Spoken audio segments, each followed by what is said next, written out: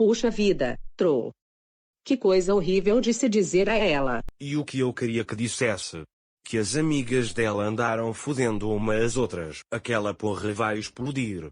E já vou dizendo que não tive nada a ver com isso. Sei que isso vai ser uma grande perda. Mas todos iremos lembrar das suas amigas como elas foram. Ou seja, um bando de grandes vadias. Eu não vou aceitar uma coisa dessas. Não vou deixar elas morrerem. Tenho que dizer a Cornélia o quanto estou apaixonada por ela, e vou fazer isso nem que tenha que morrer também. Porra, nem eu esperava isso. Viram só?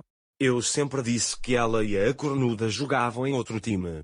O poderoso Troll acertou de novo. Essas garotas são parentes do Goku e Vegeta, que vieram realidade alternativa. Realidade alternativa. Podem me explicar o que é isso? Deixe isso pra lá, Jane.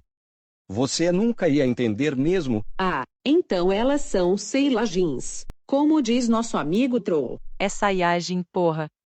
E quem raios é esse idiota do Troll? É uma pessoa que nem vão querer saber quem é. Vão por mim. Eu não quero perder 5 valorosas companheiras de batalhas dessa forma. Acha que também não fiquei chateada com isso. Queria enfrentar essas garotas poderosas. Sabia que sempre que há uma confusão por aqui, minha irmã tinha que estar no meio. Mordida. Golias. Garota humana? Que raios estão fazendo aqui? A Montanha Sombria está mais agitada que o normal hoje. É claro que algo estava acontecendo. E depois, viemos procurar algo pro Golias comer. Ele está com fome. Will, você está se arriscando muito. Deveria ter ido com as suas amigas. Já disse que não vou abandoná-la, Cassidy. Aliás, mamãe. Eu a amo, mãe.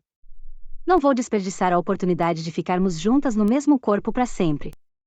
Vamos fazer o ritual da fusão logo. Nós vamos sair daqui a salvo, prometo. Vamos unir nossos corpos e mentes, filha. Puxa vida, que demora. Onde as duas estiveram? Nós duas estávamos fazendo uma diabrura, se entende o que digo, Dark Taranei. Parem com isso, a porra ficou séria. Olha no que a Dark Elion se transformou. Me refiram a mim agora como a nova rainha dos demônios.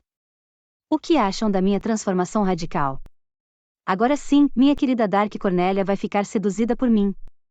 Você pode até ter se tornado um mulherão, Dark Elion.